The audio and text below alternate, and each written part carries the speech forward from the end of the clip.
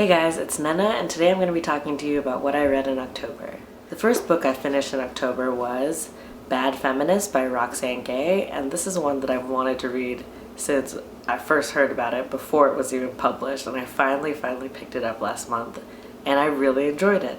It's a collection of essays that she's written about her life, race, politics, pop culture. I really enjoy Roxane Gay's writing style. I think that she's honest and she's not afraid to be vulnerable. Roxane Gay calls herself a bad feminist, meaning that she doesn't fall into the stereotypical archetype of what a feminist is. She believes in equal rights for men and women, but that she knows that there are things that she likes and supports that are problematic to that vision. So, not everyone is a perfect feminist all of the time, and she says that she'd rather be a bad feminist than not a feminist at all. I think that she's funny and sarcastic, and she calls out things that are problematic that you may not have even thought about before. And when she takes something down, like sometimes her takedowns are so on point and so scathing, I'm just like, ooh, like that hurt, because the truth is hitting you, but it's good. It's good to think about these things and good to consider a different perspective.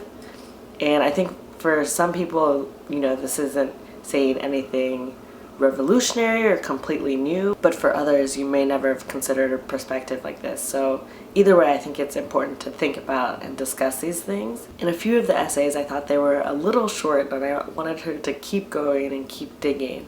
But overall, I really enjoyed this, and some of my favorite essays were Not Here to Make Friends, which is about likability, The Careless Language of Sexual Violence, which is about how people talk about rape, Beyond the Measures of Men, which is about the importance of women in publishing, and there were just so many more, but I think those were some of my standouts. I'm going to read a little bit from the very beginning of the book, because I think, she really summarizes in the beginning what she's going to be talking about throughout. She says, I embrace the label of bad feminist because I am human. I am messy. I'm not trying to be an example. I'm not trying to be perfect. I'm not trying to say I have all the answers. I'm not trying to say I'm right. I'm just trying to support what I believe in, trying to do some good in this world, trying to make some noise with my writing while also being myself. I'm so glad I finally picked this up. I want to keep reading Roxane Gay's work because I think she's awesome, and I gave this 4 stars. Next, I read a new release that I was pretty excited about, and that is The Clasp by Sloane Crosley. As I mentioned in my recent book haul, I got this copy from my friend who works at the company I used to work at, and when I heard the description of this book, I just thought it sounded really interesting. It's about 3 college friends who are reunited at a wedding. They've kind of lost touch over the years, but when one of their other college friends is getting married, they all get together at this wedding. At that wedding, one of the friends, Victor, accidentally ends up passed out in the groom's mother's bedroom. And when he comes to, she's kind of amused, and they get to talking, and she actually reveals a big family secret. She has this amazing jewelry collection, but there's one necklace that's been missing for years, and she tells him the story about the necklace and where it was last seen. So Victor takes it upon himself to try and find this necklace. So I'd never read any of Sloane Crosley's writing before, except for one essay that she wrote for the New York Times about women and how we're constantly apologizing, even when we have nothing to apologize for. So I was pretty new to her writing style, and I liked it. I think she is clever and witty, and she's clever in a way that it's subtle, and you read it and then you're like, oh, wait a second. Another element that plays a big factor in this novel is the short story The Necklace by Guy de Maupassant. I don't know if I said that correctly, but let's hope so. That short story inspired the author to write this, and also factors heavily into the plot of the story.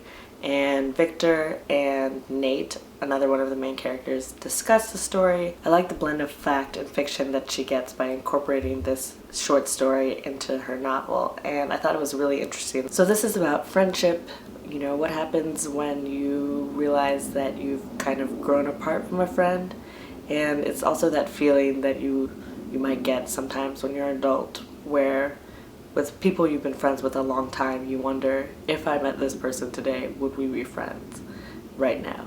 And that isn't necessarily always the case. And sometimes it's difficult to acknowledge that the person that you first became friends with doesn't exist anymore. She also discusses illusions and, in a sense, keeping up appearances.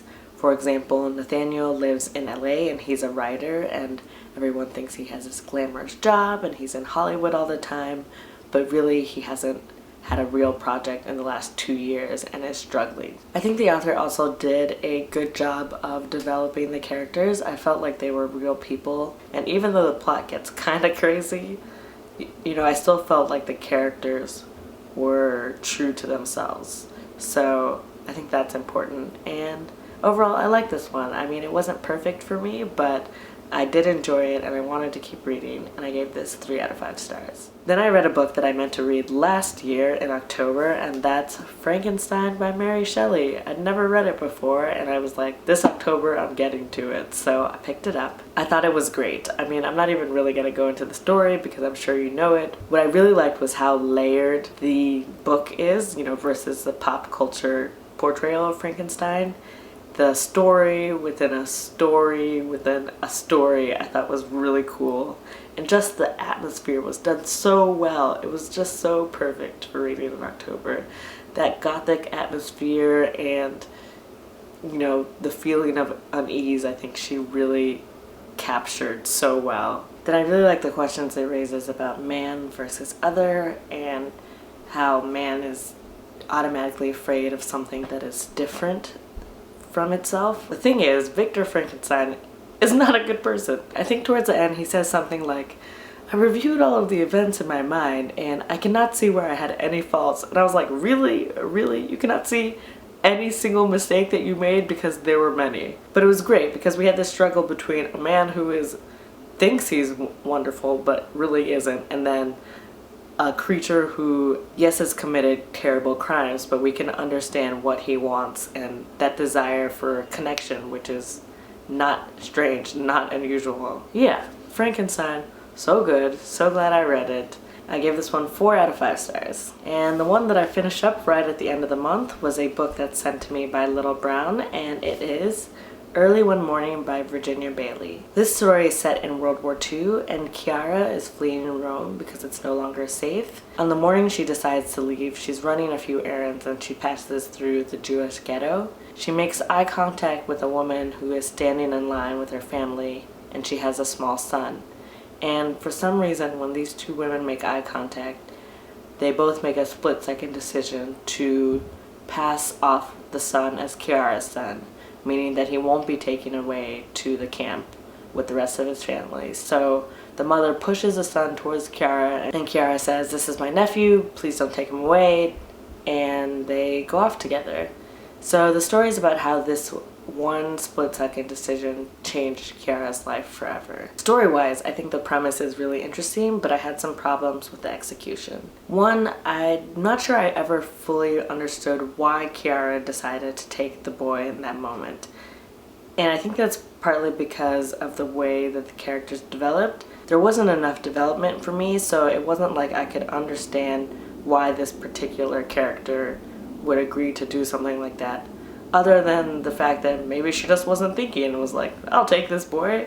Never quite made sense to me, and that kind of forms the whole basis of the novel. Another thing was Daniel, the boy that she essentially adopts. We really don't get to hear from him much. The story is told from Chiara's perspective in both the present and the past, and later another character who's introduced, Maria. But we never really get to hear from Daniel, so he's such a big figure in Chiara's life. I think it would have been nice to get his perspective, because all we really know about him is that as a young boy, when they first are put together, he is stubborn and, of course, missing his family and difficult to deal with. Later, when he grows up, he has various problems. I think, for me, Daniel was only a sketch of a character, but because he was so important to Chiara's life, I wanted to know more about him. So this book jumps back and forth in time, and I did find it a little confusing, although I think it started to alternate, because in the beginning we do get time markers for the first 2 chapters, like this one's in 1944 and this one's in the 70s, but after that there are no time markers, so you have to figure it out on your own. I was a little confused about the timing of certain things, but I think in the end I was able to piece it together. My favorite bits were Chiara in the present time, and also the character Maria in the present time. I really enjoy the descriptions of life in Rome, and particularly Maria is coming to Italy for the first time, so everything she's experiencing is new and exciting. And that just is fun and makes me want to go back to Rome and visit Italy. It's about how your life can change in an instant, and although I did have some issues, I did enjoy reading it. I do think there were some really good parts in this book, but overall I was a little bit disappointed, and I gave this 3 out of 5 stars. That is everything that I read in October. The book that I'm currently reading is Fates and Furies by Lauren LeGroff, and I was waiting for it from the library for like 2 months? No, 1 month. So I finally got it, and I started it, and so far so good. Let me know if you read any of the books that I talked about, or tell me about the best book that you read last month. Thank you so much for watching, and I'll see you guys in my next video. Bye!